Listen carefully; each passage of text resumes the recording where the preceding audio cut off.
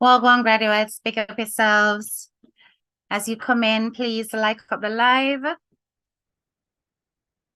And I'm going to start obviously with a disclaimer because I want everybody to be aware of exactly the kind of live this is going to be. And I don't want it to catch you unprepared, okay? So my disclaimer is that this live will feature a trigger warning. It's going to be very sensitive. And particularly if you have experienced trauma, I want you to be aware of your own mental health and your own well-being before you decide that you're going to stay on, okay? The details I'm going to share are going to be quite graphic and sensitive. It's not going to be a live that everybody can handle. All right, so that is my disclaimer. Let me just show them a face so I can heal you guys up. Okay. It is mostly going to be a faceless live because I want you to focus on the story that's being told as opposed to focusing on my face. So let me heal up the people. I'm in the classroom. Big up yourself, Kathy. Hi, Chanel. Lovelace, Renters are in the house. Norma and Dawn, thank you very much. Vanessa, big up yourself. Kamisha, hi. Hi, Dawn. Okay, so I can see that we are all present. Please like and share the live. Don't just like it, share it. You know, over here, I don't ask for super chats. The last thing I will do is do that. The most I will do is ask you to like the live so that it improves the visibility, and share it because this story may help a friend. Okay. So some time ago on Facebook, I received a message from one of my followers who asked me to share a story about a true life experience that they went through. Hi, Ingrid. And it took place over a few weeks because it was a very difficult story for the person to tell. They will remain anonymous for the purpose of this this live, and also it's also about protecting her identity and her integrity, and that of her family members as well. The story was quite touching to me because it's one of those things that hardly anybody speaks about. We love the mix up and we love the foolishness. Every time there's mix up, of course, the whole house is packed, as you can imagine. So do not be surprised if this live has not as many numbers as we are used to because it's not controversial. But I can also appreciate that some people are going to see it as something that is close to home and they may not want to face it. But many people go through this kind of abuse that I am going to share with you. And it is a taboo one. We have discussed this before on this channel when it came to one particular character. And that was, people know her as Mystical. And Mystical's topics seem to be, you know, one that's only recognized with her. But what I'm trying to say to you is that people are coming forward because of that shared story to say that, you know, look what, you know, me too. Mystical's not the only one that has had this kind of abuse. So, like I said, be very careful that there aren't any children in the vicinity as well. And that you think about your mental health while you are going through this live with me. We are going to listen to her story.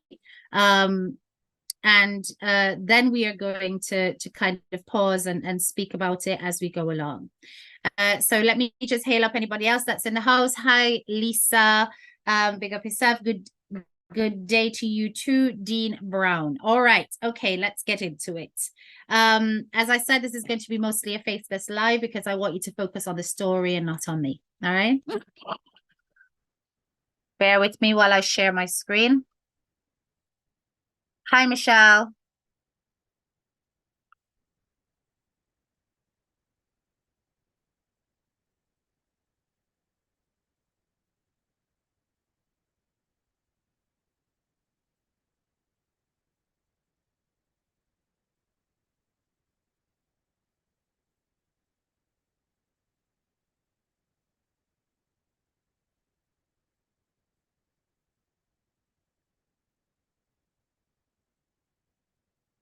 Bear with me, guys. I'm just pulling up the video.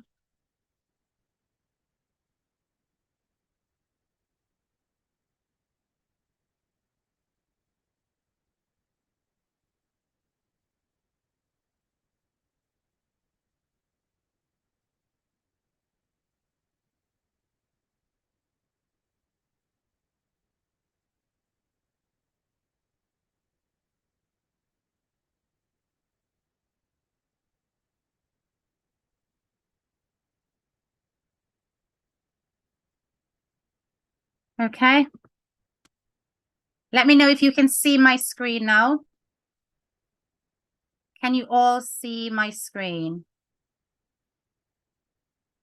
Give me a thumbs up if you can, or press the press the love hearts on the screen if you can.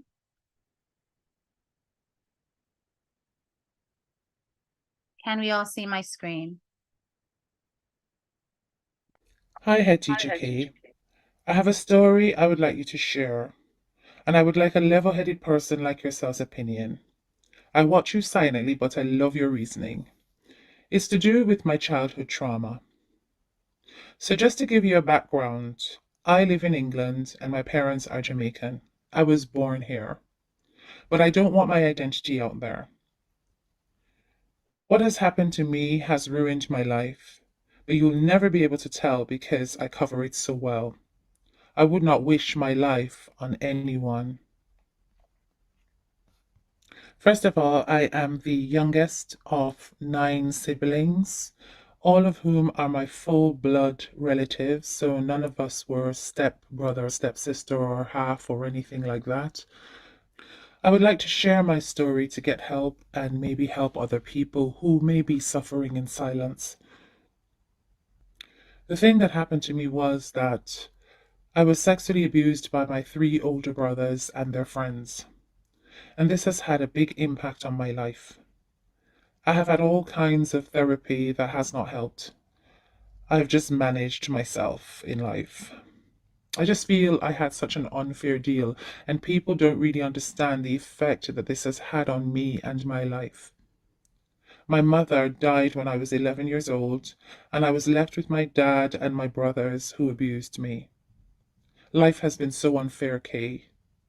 I would like to share my story so that others can get help. Honestly, I just need help to survive this. I want to live a happy life without hiding this monster that at times disables me. It's such a deep trauma that it causes.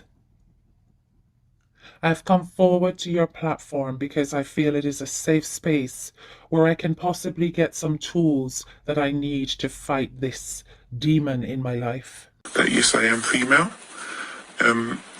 So briefly, So obviously, just so you know, I asked her to verify who she was, because people they will write to you in your inbox. They will ask for to share a story, and then it turns out that it's not even a female that's writing to me or whatever. So this bit of the recording that you're hearing is when she actually voice noted me to say who she was and to verify that she was like actually I female. previously said, I have 4 brothers, but only 3 were abusers for me. Anyway, my mum died when I was 11, but the abuse was happening before that. I think it started about 7 or 8. My mum was sick with cancer, so she was in and out of hospital all the time. And before she died, I was her main caregiver, so I stayed at home to look after her. So my last year of junior school, or infants rather, I didn't go to. So and then she died in September, and that was the year I started junior school. But like I said, there's a lot to unpack, and I'm grateful for the fact that you said I can take it slowly. So yeah, hopefully we'll speak. I'll try my best to write it down, but I'm not very good at writing, so we may have to do other methods if you're happy with that. I believe I was around 7 or 8 when it all began. My brothers would come into my bedroom at night when everyone had gone to bed. I remember laying there and the door would open and I would freeze. They would pull back the cover and start touching my private areas. This has been a reoccurring experience that to this day I cannot sleep with my bedroom door open. That's how it started at first, and it then became more intense and penetration started to happen. Night after night, night after night this happened. I was so scared. When I tried to fight, I was held down. They then started to buy me food to appease me after the abuse so that they would keep me quiet. As a result of that, I became very overweight. I am still overweight to this day, something I have struggled to control even after 2 bariatric surgeries. This was repeated mostly at night by 3 of my brothers. And then when they would have friends around, their friends would do the same sort of thing. At the time, I thought this was something that was normal. I didn't know any different. My mom was sick. She was dying with cancer.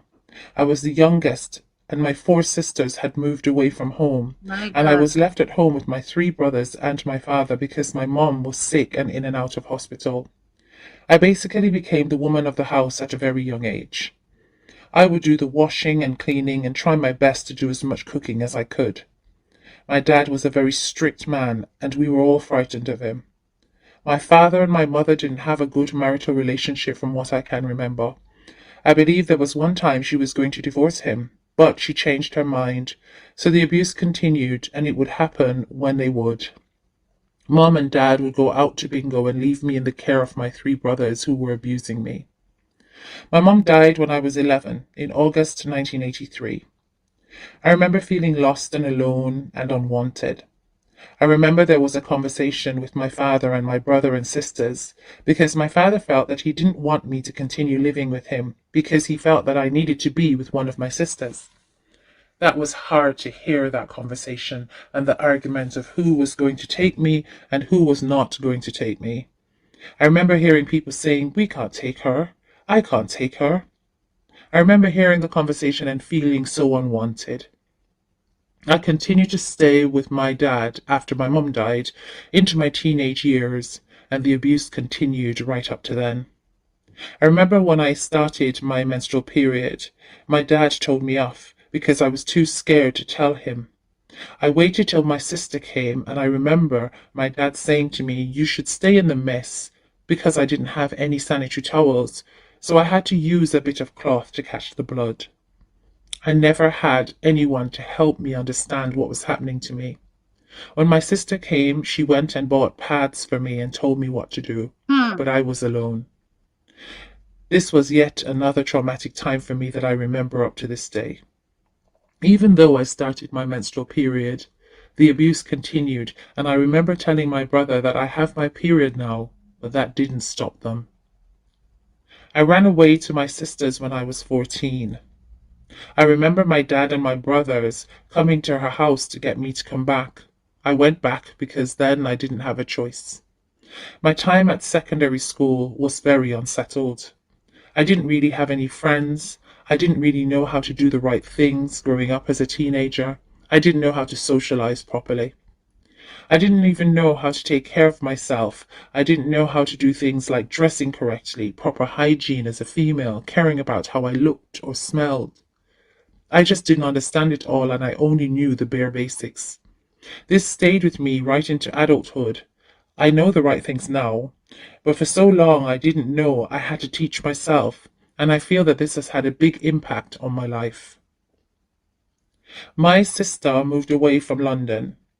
I ran away again to where she was living, but my dad and my brothers came for me again, but this time I refused to go, and I ended up living with my sister. That was a big mistake. I became a slave for her to look after her kids, cook, clean, get up, go to school day in, day out. I was like Cinderella. I didn't have any life. When I finished school, I moved out and I was on my own from the age of 16. At 16 years old, I began to work. After moving out of my sister's home, I was free. I then became very promiscuous with men, and this was a way to numb the pain. It didn't feel good, but it was what I thought I should be doing. I took rejection very hard, and I would internalize this on myself in a way of self-harm. This was a way to release the pain I was feeling. I could focus on the pain I was causing instead of the pain of the heart. I never felt love growing up, and I would do all in my power to please others and still have that problem. In my mind, if you mean something to me, I'm going to do everything in my power to make you never question that I love you. That's very important to me. I met my husband when I was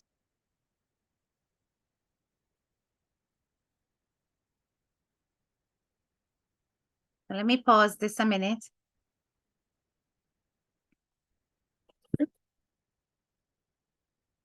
Before we go into that whole part, I just wanted to go over the things that we've heard so far.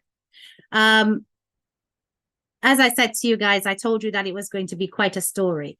And it is shocking to me that even in a foreign context, we're having these things come to the fore, and, you know, there's a child that has not been rescued from a situation where there are systems in place to protect them. Now, by that, I mean that there were several agencies involved in between what's happened to this person. What's happened to her while she was at school? She said that when she was at school, she never had any proper hygiene and things like that. We as educators are trained to spot signs of neglect and abuse. And yet she was in school in this condition to the point where she was getting, I would imagine, bullying. And no teacher recognized that a young lady who has lost her mother, living with her dad, might be suffering from some kind of neglect and might not have the right support structure that was in place. So don't think that is only in Jamaica people now notice when picnic get abused, right? Because right up in a big foreign, cases are getting missed. There is a story about a little Polish boy who used to steal food from out of lunch pans. And that little boy, Daniel, he was he lost his life from starvation. And when they checked his body, the amount of bruises and broken bones that heal on their own and stuff that they found, it was ridiculous because the child was experiencing abuse over a sustained period of time. And the teachers at the school noticed that the little boy was stealing out lunch and could not put two and two together that things were not right. So while it is that we're seeing a situation of abuse where parents have obviously failed to, or family members have failed this girl, because she was a girl at the time, there were other people around her who could have spotted it and never did. Now we're hearing a lot of things happening in this story. And what I want to advise her of, because I am aware that she's on this live and she is listening and she's looking, that there are a number of things at play. For one thing, your mother was dying. She was on her deathbed. She had cancer. And the abuse that was happening from before your mother was extremely ill with the disease might have been indicative of what was happening in your household between your parents. You've mentioned that your mother and father did not have a good relationship. Now, as much as those boys, because they were not babies, mind you, they were not babies. They were adults, and they clearly, well, no, they weren't adults. They were teenagers. They were young adults. So they clearly knew the difference between right and wrong when they were doing this. It's not like, say, they were abusing her when they were like 9 or 10. She was 7 or 8. They were in their teens, early teens to late teens. But even though it's early teens to late teens, I'm going to say that they were also victims of their circumstance. So does that mean that she should forgive them? Does that mean that these young men should go without any consequence? To be honest, when I spoke to her, I told her straight up, if it was me, I would have made sure that they suffered as a result of it. I am not that forgiving a person. A lot of children suffer under the hands of family members in their homes, and the kids are afraid to talk to anyone. Exactly. So the fact that it started with her getting, first she was getting molested in terms of they'd come in and they would touch her inappropriately by the three brothers. It's not all the brothers, three of them. And then it increased from touching to actual penetration. The fact that she was too scared or she was unaware of how wrong or right it was shows that the parents themselves had failed in due diligence to explain to their children what was appropriate touch and what was not appropriate touch. Which is why I say that as parents, we have got to sit our children down from as early as they can understand A plus B and tell them that there are certain places that nobody should touch them and they feel uncomfortable, particularly if it is a stranger or anybody outside of a medical professional. And even so, if you're not comfortable, you must tell. So it's like you really need to start to break this down for our children, because siblings are also at risk of executing abuse. It's not just coming from strangers. You have got family members. Of course, we know about the predators, them out there, the old man, them were like trouble little pitney. We know about them there, right? And some old woman too. But what is not being protected is the fact that this could be your peers. Right? Them like to say stupid things in Jamaica, like, cousin and cousin make good soup and all them kind of foolishness there, and not teaching our children that actually those kind of familial relationships are not appropriate. You understand? So, the way I look at it is that it's clear that nobody taught her and her siblings what was okay and what was not okay in terms of touch. So she was there as a little girl, not realizing that she should have screamed and bawl out. But later on, she talked about the fact that the father was extremely strict. And if the father was extremely strict, it is clear that the father was unapproachable. And sometimes we as parents are so miserable and cross and angry.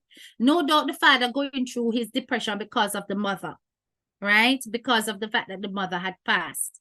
No doubt that was what was really the case. And because the mother had cancer, and because while the mother was sick and everything, he probably can't bother deal with Pitney, right? So nobody felt that they could come to him for anything. Now, if we too strict so that our children feel fear and they feel like they can't come and talk to us and they can't approach us about anything, that is another reason why children will clam up and stay quiet, because they think that you're unapproachable, right? And it's really important that we open up avenues of communication for our children, so that any little thing that happens that they're not comfortable with, they should feel confident that when they approach you, they're going to have an open avenue of discussion without judgment.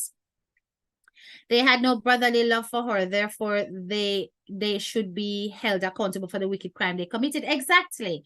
But she went on to talk about the fact that her siblings were, I would say, very they pretended as though it didn't happen. As far as I get from her story, it was like they did not happen. It didn't happen. They pretended like it didn't happen. That they've moved on with their lives and they've moved on to have their own families. You understand? But I'm gonna let you hear the rest of it in terms of how she's managed to cope so far. All right, bear with me.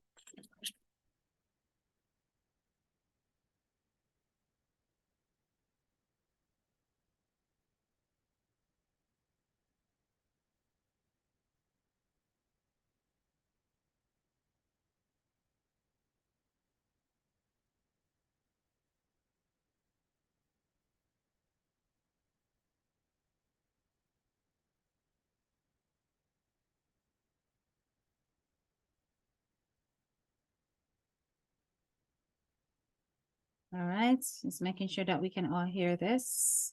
What I'm about to play.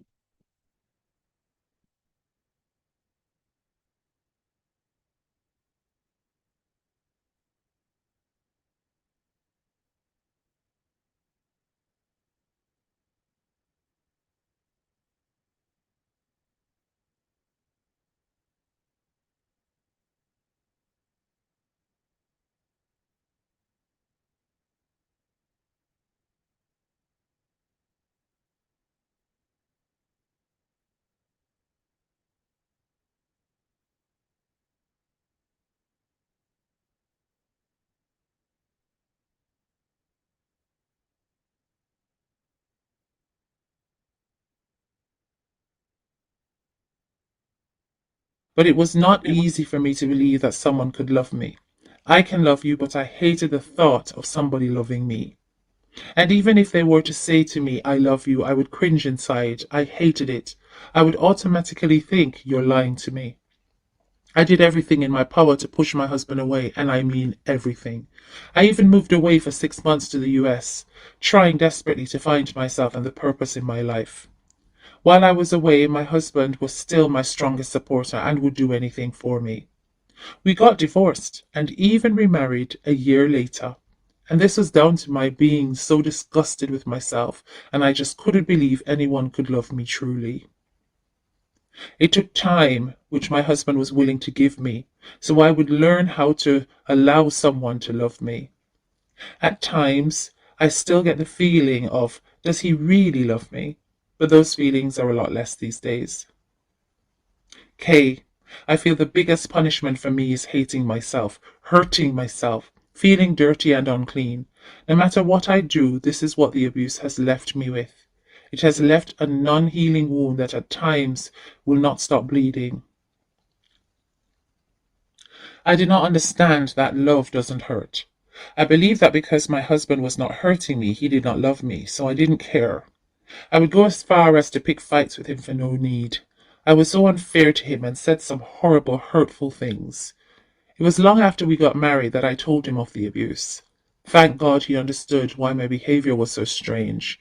For a long time, intimacy was very uncomfortable for me, if it happened at all. But he was always patient with me. I thank God for the husband he gave me. He is all I have in this world who I can truly trust and love.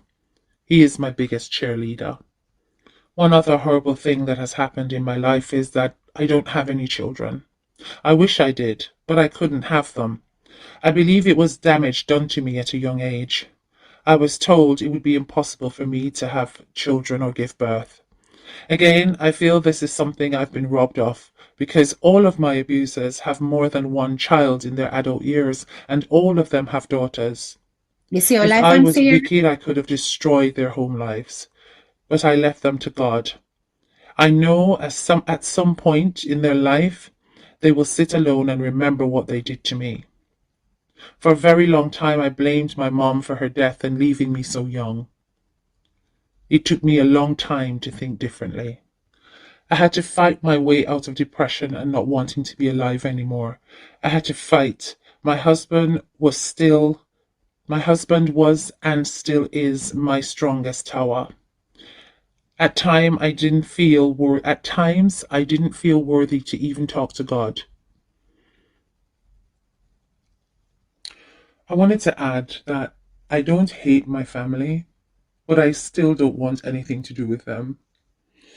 I don't hate, I used to, but I realized that that hate just eats away at you. Even my own sister didn't protect me. She told me when I was an adult that my mom caught my brother trying to touch me. You would think as an older sister that she would fight for me, but instead she used this against me when we had an argument. None of my siblings are in my life, and it's going to stay that way even until death. Now, in case you thought So you hear that that her mother knew? these brothers of mine should have known better, just note that when the abuse started, they were in their early to late teenage years. I feel that it wouldn't do me any good to confront my brothers now. I'm in my 50s, and I just feel that they know, and I know that it kills them that they know. I have been banished from my family, so we do not communicate. My siblings are all over England, Birmingham, London, Kent, I'm told. But as I have no connections with them, it's hard to be certain. There was a time that I longed to be with them, but it was because of the abuse. It's worse than having an illness. No one can even see the real me. At the same time, when I revealed what happened to me to my husband, I had also told two of my sisters. This was a few years ago. One of my sisters actually told me that my oldest brother did the same thing to her. I only found that out last year. My father since died. He died in 2008. And it feels as though there are a lot of unanswered questions and a lot of unresolved feelings. I have struggled with being around others, and I have big trust issues that I continue to work on. To this day, I miss my mom so much, Kay.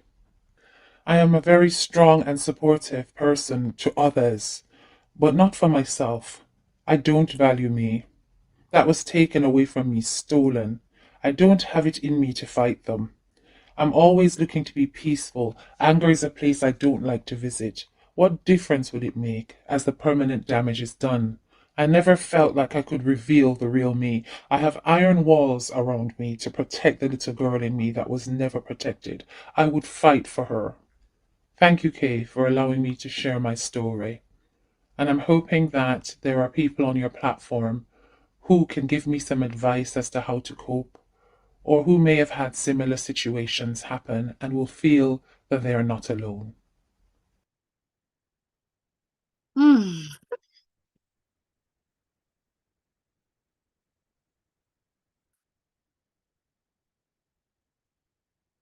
I just have to have a little moment of silence, really. How many of us have had this experience but suffer in silence? How many of us as children were touched inappropriately by family members? And we feel as though we have nobody that we can actually reach out to and tell. How many of us know of a friend, even if it's not us, but we know of somebody who has been there, who is going through it, and we feel as though we have absolutely nobody that we can reach out to for help? How many of our parents, mothers in particular, that we have confessed to, confided in, and instead of acting in our rights, acting and protecting us, they try to silence us. They try to tell us, don't say anything because you know want this a person you're down the road. No, you know want your reputation spoil. You know want the family reputation come under question or under fire. So many mothers out there are pretending as though their own child is not being abused. I don't think that this just happens to little girls, and it happens to little boys too. So many fathers out there are also aware of things that their children have experienced, and because of shame don't want to act. But I know that most fathers, when they do hear about things happening to their daughters, they're more likely to be violent about it. You understand me? Some parents actually facilitate the abuse. And it doesn't have to be from a sibling. It could be from an older man, because they know that that older man is going to be giving that child money, that girl money. And that money is going to make their life a lot easier. So them turn a blind eye to the age difference, not recognizing the fact that it's a pedophilic act. There are so many of us that are suffering in silence about these things. And then it affects us later on in life. Everything that she has mentioned, the fact that she is now grossly obese, comfort eating that lead to weight gain from she was a child, when they used to give her food to appease her, to make her feel as though, you know, oh, don't say anything, I'll go and buy you a chocolate bar, right? Anything to keep her silent. So she turned to food as comfort. Then she starts to put on all of this weight, and she's still struggling with it in her adult years. So when people look at somebody and see them extra fat and go, Lord Jesus, she become fatty and and them don't understand why emotional eating comes from trauma sometimes. Which is why we often say don't body shame, because you don't know the story behind the results. Look at all the other things. She imagine, she married her husband and she ended up divorcing her husband. She married the husband, divorced the husband, and that husband, he needs a medal, he needs a trophy. That husband remarried her. How much he loved her. So with all the suffering that she has experienced, God has given her one bit of light to hold on to show her that she is capable of being loved. And even then she questions it. Yeah, I don't know if you want to stay like me, but when I was a little girl, right? Me used to like hang out with me, and everybody grow with helper, but me grow with helper. I used to love hang out with me helper them, right? Because me helper them are the sweetest story. And me remember one time, me did have my helper. And the helper looked at me and say, if fear man the liquor, she no feel good. I was shocked. I said, what? She said, if my man not beat me, you no love me. How much are we hear that? We hear it all the time. Now, think about it, that was me as a young and impressionable child. Now imagine if I took in that idea into my conscience and I decided that this was the way to go. Then if me not see my man lick me not go want him neither. Because as far as I'm concerned, that is what love is supposed to be. These are the kind of people who have been brought up in abusive situations where they think that love has to hurt for it to be love.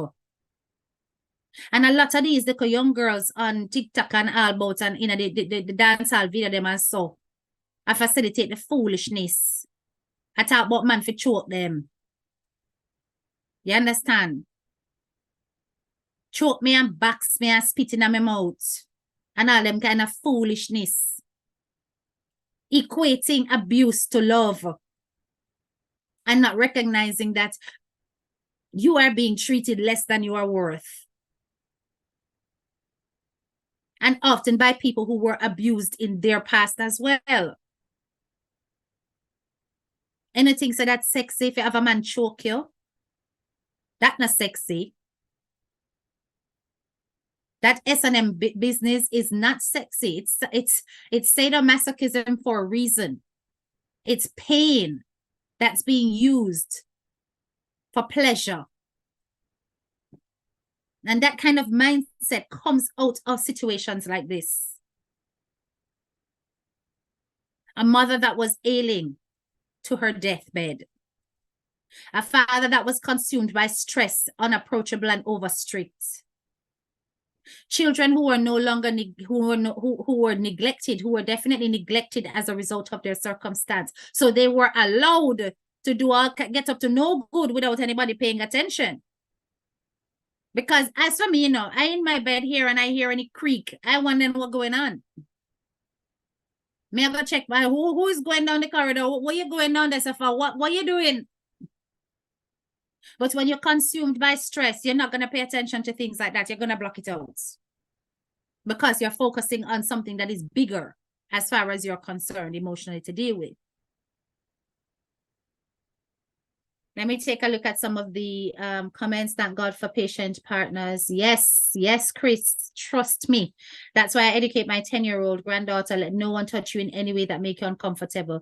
Please seek therapy. Praying you'll find the strength to start loving yourself and healing your broken heart. She said that she went to therapy and she did lots of therapy and none of it worked. They got no self-love. That is why they like that. That is it. Good afternoon, Talk Truth UK. So, when we see these kind of things and you see a child whose behavior has suddenly changed, so you will have a child who's being really good and then all of a sudden they start to be really naughty and acting up. Something has happened and we just look on it and say, I just bad the picnic bag and I two lick them once and all them kind of something. They're not realizing that sometimes these are telltale signs that something has taken place, right? Now, she also, I like the fact that she said that her husband is her strength and so on and so forth. But my problem with that is this. When you seek strength or find solace in somebody else, if that person goes out of your life, you do not have the strength to necessarily carry on. And this is where the repairing needs to happen. I remember that, you know, one thing my husband always used to say to me is that I'm very single-minded, and sometimes he doesn't like that. He wants me to always want to be in his company, want to do anything I want to do with him, and so on and so forth. But he has grown to understand me, that I love my own company, and to the point where that I can be alone for a sustained period of time and don't feel any way about it, because I will find a million things to do. People, graduates, me find things to do.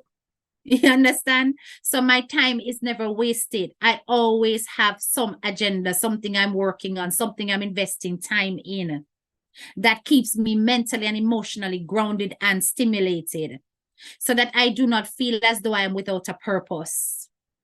So once you have found that sense of strength within yourself, take time out to find out what your talents are, what it is that you love to do, and do it alone. Make it a point of duty to do it alone. You will start to love your own company. You understand? And I suppose it is one thing. I was waiting to hear that she got pregnant at a young age. No, Pauline. Unfortunately, she has said that she suspects, due to the abuse that she received, that there was some damage, so she is unable to have children. When people go through this kind of abuse, it is very hard for them to trust people. And I don't think people should be trusted, Lisa. I think that people out there are very demonic and evil and vicious, and it is few and far between that you will find somebody that is trustworthy. I used to be very open and trusting to human beings, and then I realized exactly how wicked people can be. You understand? Which is why after, you know, a series of events in my life and experiences with others, I have a very small circle of friends, and I keep myself like that, right? I don't open up myself to everybody, because of, you know, you never know what people's agendas are. At the end of the day, she needs to love herself, though. Right? Find something that she loves doing without her husband being her beat and end all. And it doesn't mean that you love him any less, and it doesn't mean that you don't appreciate him any less, but you have got to think about it this way. Life is a very funny thing, and God forbid something should ever happen to your partner, but what if it does? Are you going to end up in such a dark place that you can't pull yourself out of it?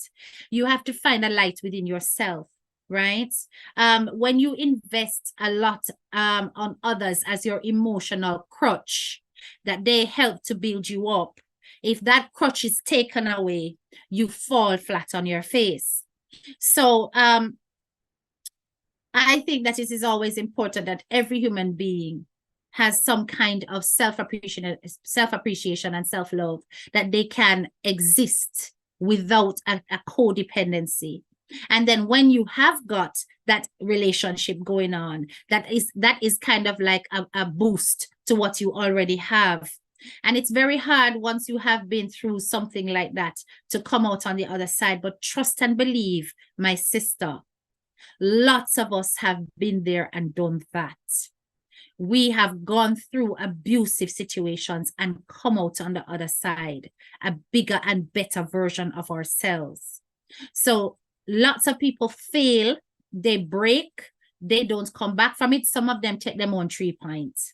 The fact that you're still here to tell the story, and that you're willing to open up such a deep and dark hurt that happened in your life, shows that you are stronger than most. Because to share something like that takes a lot of bravado. The fact that you are able to do so shows that you have taken several steps, more than you even imagine that you have taken. Now, as for those brothers of yours that have gone on to have their own lives, let me tell you this: karma will visit their doorstep if it's not already living with them under the covers. Don't think that they have gotten away with it because you are seeing probably pretty pictures on social media, thinking that they have got the perfect setup at the moment. Believe you me, they are suffering in their own way. And that could be as a result of victimization themselves, because you don't know their full story as to why they behaved the way they behaved, which is why I can understand you saying, well, you know, what's the point of fighting it and whatever. But at the end of the day, they have got their demons that they're facing. And you never know what sins are being visited on their own children. You understand me? No, it's for that purpose, the fact that they have goddaughters, that I personally, and this is me, probably this is a few people that's in the audience as well, I personally would make their life hell. But Head Teacher K is no angel. I am a vengeance person. And that is probably a flaw of mine. But if you hurt me in certain ways, I'm not talking about little disrespect or whatever, I'm talking about if you come for me in a way that has damaged my soul, I tend not to let go. Me squeeze your neck till you stop breathe. As some is tea. And probably at the Taurus in me too. With temper terrible. But they would not be living their life in no comfort if it was me. You understand? And I'm not saying that necessarily go to the police or whatever. You may not want to go down that route. But that entire family would have been ripped up. Because they would all have to face their demons through my confessions. Because I would be there as their constant reminder of what they did to me. You understand? So the fact that you are able, can her brothers still be prosecuted according to the law? Of course they can be prosecuted. There are many cases of people who, look, think about those churches and those orphanages where children were molested, abused, and all sorts of things under the care of priests and teachers. And donkeys years later, I mean 30 and 40 odd years later, these people come forward and listen to me, man. Trust and believe whoever is still alive, they get their prison sentence. You hear me? They get their punishment. It does not go without consequence. So she can still come forward if she decides to do so. If she's saying that the whole hate and the anger of it is not good for her health, she must know what she is able to cope with. I'm just saying if it was me, right? I just think that we need to be very aware of the fact that there are people out there who are walking around with these kind of scars, and that the behaviors that we see them display sometimes are as a result of childhood trauma that has not been repaired. So all I can say to us on this platform, graduates, we have to be our brothers and sisters keepers at all times, because such emotional distraught situation, this whole thing could have led to worse outcome. The fact that she's still willing to share with us, the fact that she wants other people to know that this is not just a one-off thing that you may hear of, means that it's an avenue for the rest of you who have had this experience to come forward, okay? And to feel as though you do not have to remain silent. There are brothers out there who are molesting sisters, sisters out there who are molesting brothers, aunts and uncles who are molesting nieces and nephews, grandparents who are molesting grandchildren. None of them is above. We have to train our children to spot the signs and to protect themselves by speaking. But we also have to be that kind of approachable parent where children feel that they can come and confess anything without judgment, and that you are there to protect and not there to silence them in a time of need, right? I don't think she will open back that kind of hurt again. Well, probably not. You know, she probably wants to bury it and she wants to just move on with her life. And that is another way of coping with it. But if she finds that she is still persistent in emotional torment, it may be her spirit telling her that she needs to act, because she has not gotten the closure that she deserves to have, where those brothers are made to face their consequences.